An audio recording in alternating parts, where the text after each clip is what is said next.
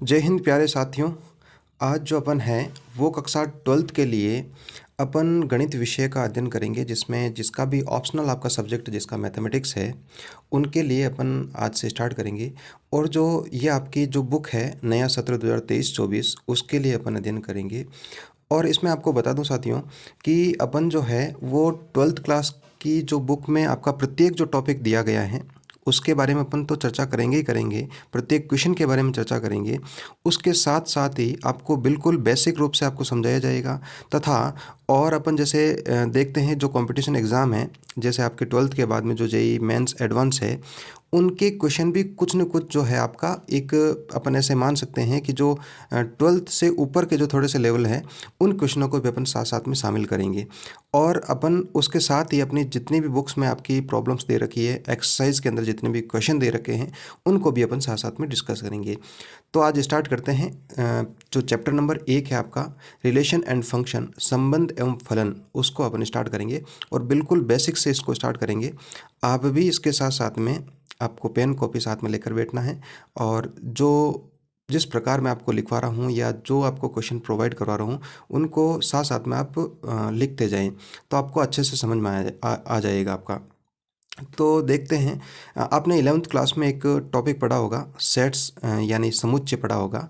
तो उसी के आगे जो है उसी से रिलेटेड आपका जो पहला जो चैप्टर है रिलेशन एंड फंक्शन, काफ़ी इंपॉर्टेंट क्वेश्चन है, आता है इससे। तो इसको अपन अच्छे से समझना भी है संबंध एवं फलन से।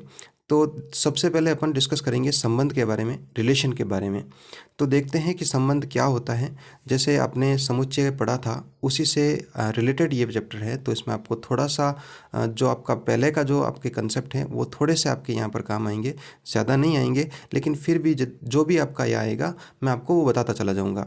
तो पढ़ते हैं अपन संबंध के बारे में। तो संबंध क्या होता है कि संबंध को अपन जैसे बोलते हैं रिलेशन, जैसे दैनिक जीवन में अपना जो संबंध होते हैं रिलेशन होते हैं, उसी प्रकार जो सेट्स होते हैं उनके संबंध की अपन यहाँ पर बात करेंगे। तो संबंध जो है रिलेशन है उसको अपन ने आर से डिनोट करते हैं और अपन इस प्रकार बोलते हैं कि आर जो है वो ए कोई आपका सेट है, बी आपका कोई दूसरा सेट है। तो ए से बी में इस प्रकार इसको बोलेंगे, आर जो संबंध है वो ए से बी में संबंध होगा यदि R subset of A cross B.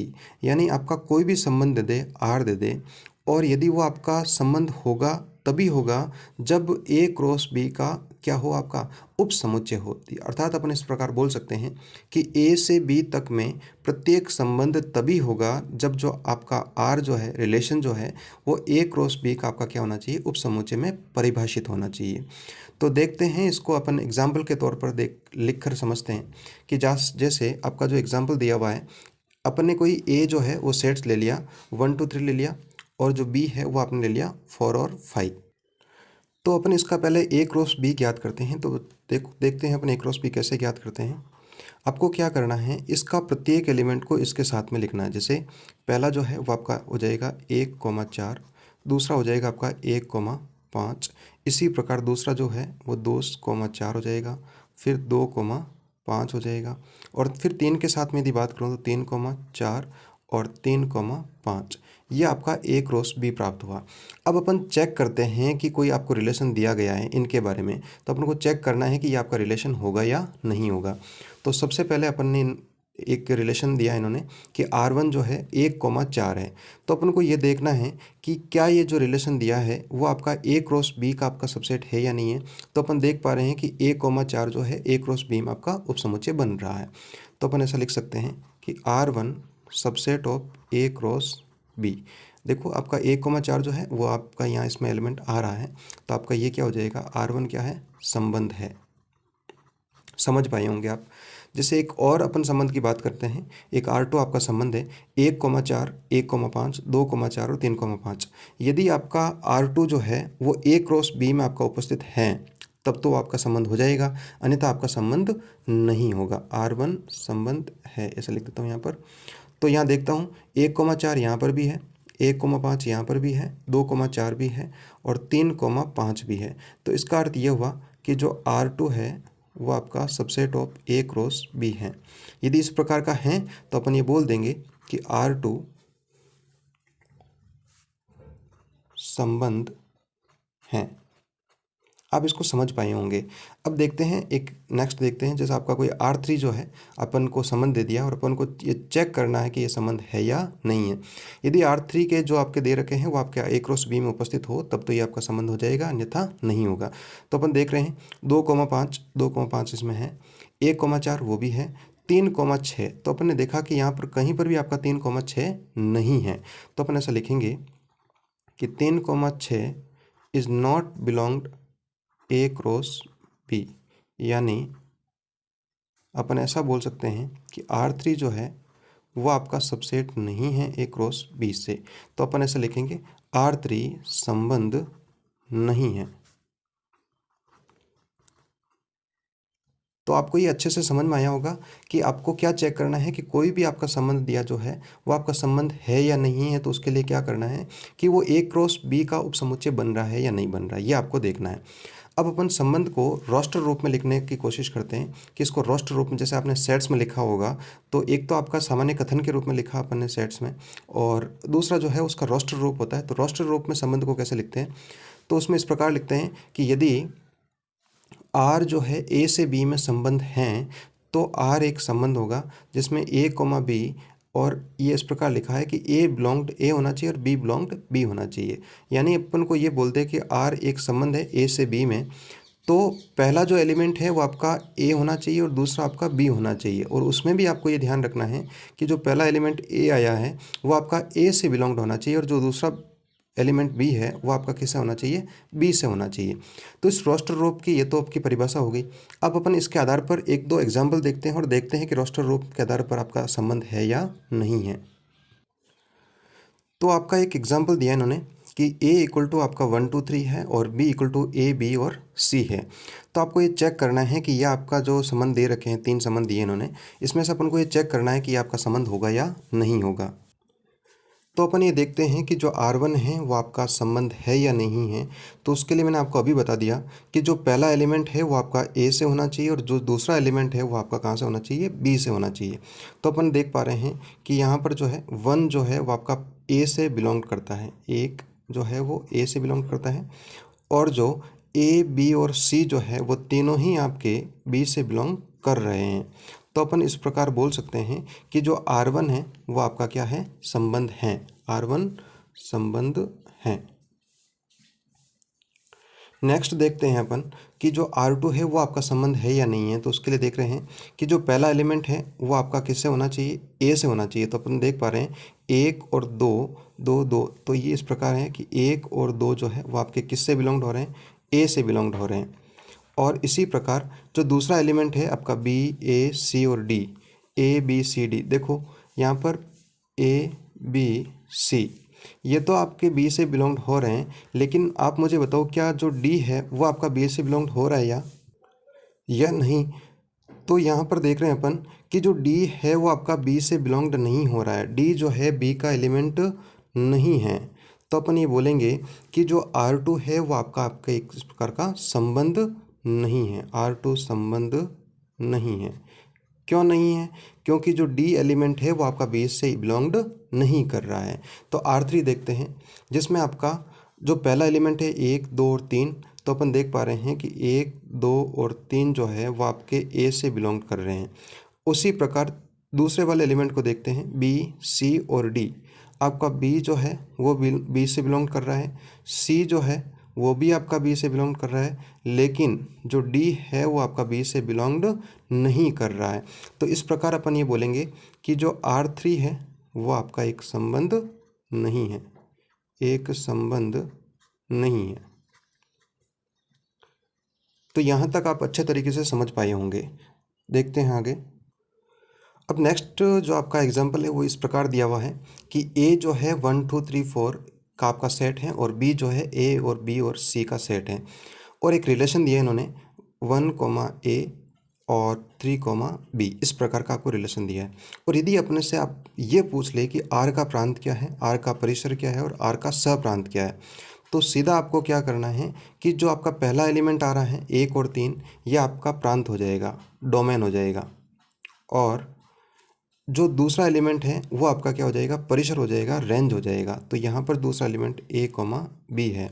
और इसी प्रकार यदि मुझे सप्रांत की बात करें, को डोमेन की बात करें, जो दूसरा एलिमेंट होता है जिसका रिलेशन ए से बी की तरफ हो, तो जो ये बी है वो आपका क्या हो जाएगा, सप्रांत हो जाएगा।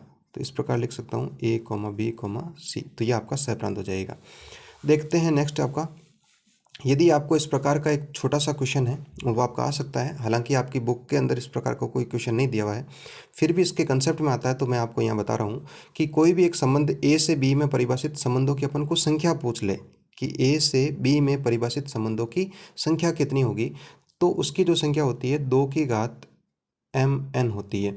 जहाँ पर यदि मैं बात करूँ, m जो है वो नंबर ऑफ एलिमेंट इन ए है, मतलब आप ये बोल सकते हैं कि ए में अवयवों की संख्या, और n जो है वो अवयवों की संख्या बी में कितनी है वो अपन उसकी संख्या लिखेंगे।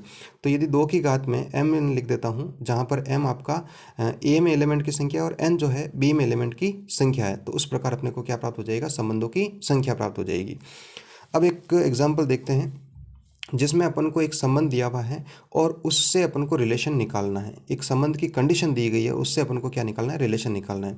एग्जाम्पल इस प्रकार का है कि प्राकृत संख्याओं के समुच्चय n में एक संबंध इस प्रकार परिभाषित हैं कि a R B tends to a plus 3b equal to आपका 10 दिया हुआ है। तो आपका इसमें रिलेशन क्या होगा, तो देखो आपका जो समुच्चय है वो किसका दिया है, प्राकृत संख्याओं का दिया है। मैंने आपको जो भी संख्या लेनी है वो आपको प्राकृत संख्याओं में से लेनी है। तो प्राकृत संख्याओं का समुच्चय आपको पता होगा कहाँ से स्टार्ट होता है, वो स्टार्ट होता है 1 से स्टार्ट होता है, 1 2 3 इस प्रकार चलता है। अब ये आपका जो संबंध दिया है वो ये दिया है कि A R B A plus 3b बराबर 10, माने ये बोल रहा है कि a का b से इस प्रकार संबंध है कि a प्लस 3b बराबर कितना है, आपका 10 है।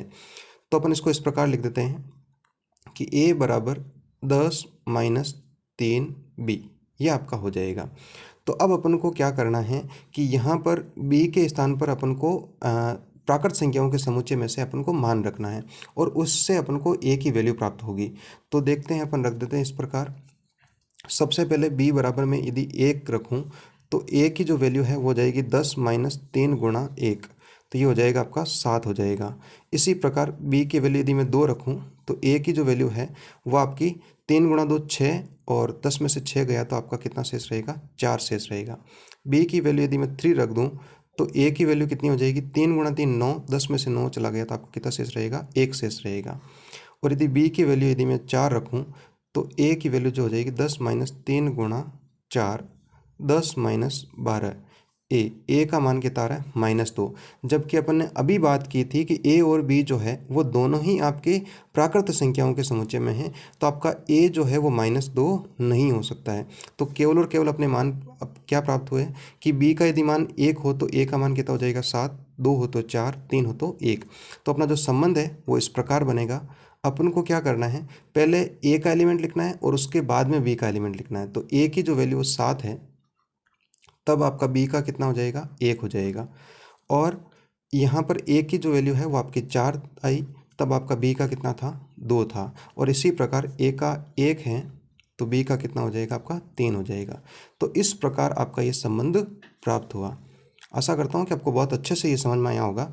देखते हैं नेक्स्ट एग्जाम्पल, जिसमें आपका संबंध का कंप्लीट जो है उसमें प्रांत, संबंध ज्ञात करना, परिसर ज्ञात करना, उसका इन्वर्स ज्ञात करना, इन्वर्स का प्रांत और इन्वर्स का परिसर, ये सारी चीज़ें अपन सीखेंगे।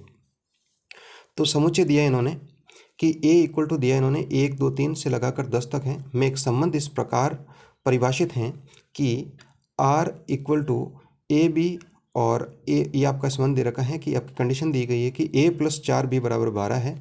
तो a और b जो है वो a में आपके बिलोंग करते हैं। तो आपको एक तो संबंध निकालना है, उसका प्रांत निकालना है, परिसर निकालना है, इन्वर्स निकालना है, इन्वर्स का प्रांत निकालना है और इन्वर्स का परिसर निकालना है। तो सबसे पहले अपन क्या करते हैं, पहले संबंध निकालते हैं। तो अपनी कंडीशन जो है वो ये दी कि a प्लस 4b बराबर 12। तो अपन इसको इस प्रकार लिख देते हैं कि a equal to 12 minus 4b। अब अपन क्या करेंगे, यहाँ पर b की जगह वैल्यू रखेंगे 1 से लगाकर 10 तक, और जो आपका a का जो मान प्राप्त होगा वो भी आपका 1 से लगाकर 10 तक में ही होना चाहिए। तो जैसे मैं लिख देता हूँ, b की वैल्यू मैंने 1 लिखी, तो ए बराबर हो जाएगा आपका 12 माइनस 4 गुणा 1, तो ये हो जाएगा 12 माइनस 4 गुणा 1 8 हो जाएगा। यदि बी की वैल्यू यदि मैं 2 रख देता हूँ तो ए की वैल्यू 4 दूनी 8, 12 में से 8 चला गया तो कितना शेष रहा आपका 4 शेष रहा। बी की वैल्यू मैं 3 रख देता हूँ तो ए की वैल्यू 12 माइनस आपकी 4 गुणा 3 12 हो जाएगा, माने 0 हो जाएगा। अब यदि बी की वैल्यू यदि मैं 4 रख देता हूँ तो ए इक्वल टू हो जाएगा 12 माइनस 4 गुणा 4, तो ये आपका 12 माइनस 16 माइनस 4 आ जाएगा, जो आपका ए में नहीं है। इसका अर्थ ये हो गया कि आपकी ये वैल्यू नहीं होगी। तो अपना जो संबंध है वो आपका इस प्रकार बनेगा कि पहला जो एलिमेंट है वो आपका किसका होना चाहिए, ए का होना चाहिए। तो ए की वैल्यू कितनी है 8 है, तो बी का कितना हो जाएगा आपका 1 हो जाएगा। इसी प्रकार ए का आपका 4 है तो बी का जो मान है वो 2 हो जाएगा। ए का आपका 0 है तो बी का आपका कितना हो जाएगा 3। अच्छा, एक बात ये भी है कि आपकी ये वैल्यू भी नहीं होगी क्योंकि यहाँ पर 0 जो आ रहा है वो इसमें नहीं आ रहा है, तो इस प्रकार ये भी नहीं होगा। केवल और केवल इसमें 2 ही एलिमेंट आ रहे हैं, 8,1 और 4,2। तो अपने पास में ये आपका संबंध प्राप्त हो गया। अब अपन सबसे पहले याद करते हैं आर का प्रांत याद करते हैं। तो अभी मैंने आपको पिछले क्वेश्चन में प्रांत बताया था कि जो पहला एलिमेंट होता है वो आपका क्या हो जाएगा, प्रांत। और परिसर की बात करूँ मैं, रेंज की बात करूँ, तो जो दूसरा एलिमेंट आ रहा है वो आपका परिसर हो जाएगा 1,2। और तीसरा अपन को ये पूछ रहा है, पहले अपने इसका रिलेशन निकाल दिया, प्रांत निकाल दिया, परिसर निकाल दिया, और इसका भी इन्वर्स निकाल रहे हैं। तो आर इन्वर्स के लिए क्या करना है आपको कि जो आपका आर है उसका अपन को इन्वर्स करना है। तो ये इस प्रकार हो जाएगा 1,8 और 2,4 इस प्रकार हो जाएगा। अब अपन को ज्ञात करना है आर इन्वर्स का प्रांत। तो आपको मैं सीधा बता देता हूँ कि आर इन्वर्स का प्रांत वही होगा जो आर का परिसर है। इस प्रकार भी बोल सकते हैं आर का परिसर। और आर का परिसर क्या था, 1 और 2 है, और वही यहाँ पर आपका हो जाएगा 1 और 2 इस प्रकार, 1 और 2 इस प्रकार। और आर इन्वर्स का परिसर की बात करूं तो वो हो जाएगा आपका आर का प्रांत। तो परिसर जो है यहाँ पर 8 और 4 है, और उसी प्रकार आर का जो प्रांत है वो भी कितना है 8,4 इस प्रकार हो गया। यही आपको निकालना था। तो आशा करता हूँ कि आपको ये बहुत अच्छे से समझ में आया होगा। देखते हैं आपके 2 एग्जाम्पल मैं आपको और देता हूँ। तो एक एग्जाम्पल है आपका a इक्वल टू आपको कुछ एलिमेंट दिए हुए हैं, b इक्वल टू कुछ एलिमेंट दिए हैं, और a से b में एक संबंध इस प्रकार परिभाषित है कि r जो है a, b, a equal to 2b। तो अपन को फाइंड करना है, अपन को प्राप्त करना है, तो आपका संबंध r प्राप्त करना है और उसका इन्वर्स प्राप्त करना है। तो इस क्वेश्चन को आप अपनी जो कॉपी है उसमें आपको करके मेरे एक व्हाट्सअप नंबर दे रखे हैं आपको, तो उस पर आपको सेंड करना है, और साथ में ही आपका जो इसका आंसर है वही आपको वहीं पर मिलेगा। एक और एग्जांपल देखते हैं, और वो ये आपका ये है कि समुच्चय 1 2 3 4 5 6 में परिभाषित एक संबंध r इस प्रकार है कि r बराबर जो है a, b है, और a व b परस्पर अभाज्य हैं। तो आपका संबंध क्या होगा। परस्पर अभाज्य का अर्थ ये होता है कि आपकी दोनों में आपका कुछ भी कॉमन नहीं आना चाहिए। जैसे अपन सहअभाज्य संख्या पढ़ा था, जैसे 2 और 9 लिख देता हूँ, तो ये भी आपके क्या हो जाएगा, परस्पर अभाज्य हो जाएंगे, क्योंकि न तो आपका 2 का भाग 9 में जाता है और न ही आपका 9 का भाग 2 में जाता है। फिर या फिर अपन ये बोल सकते हैं कि किसी भी एक संख्या का भाग न तो 2 में जाएगा और न ही आपका 9 में जाएगा। तो इसका भी आपको आंसर उसी व्हाट्सएप ग्रुप में मिलेगा।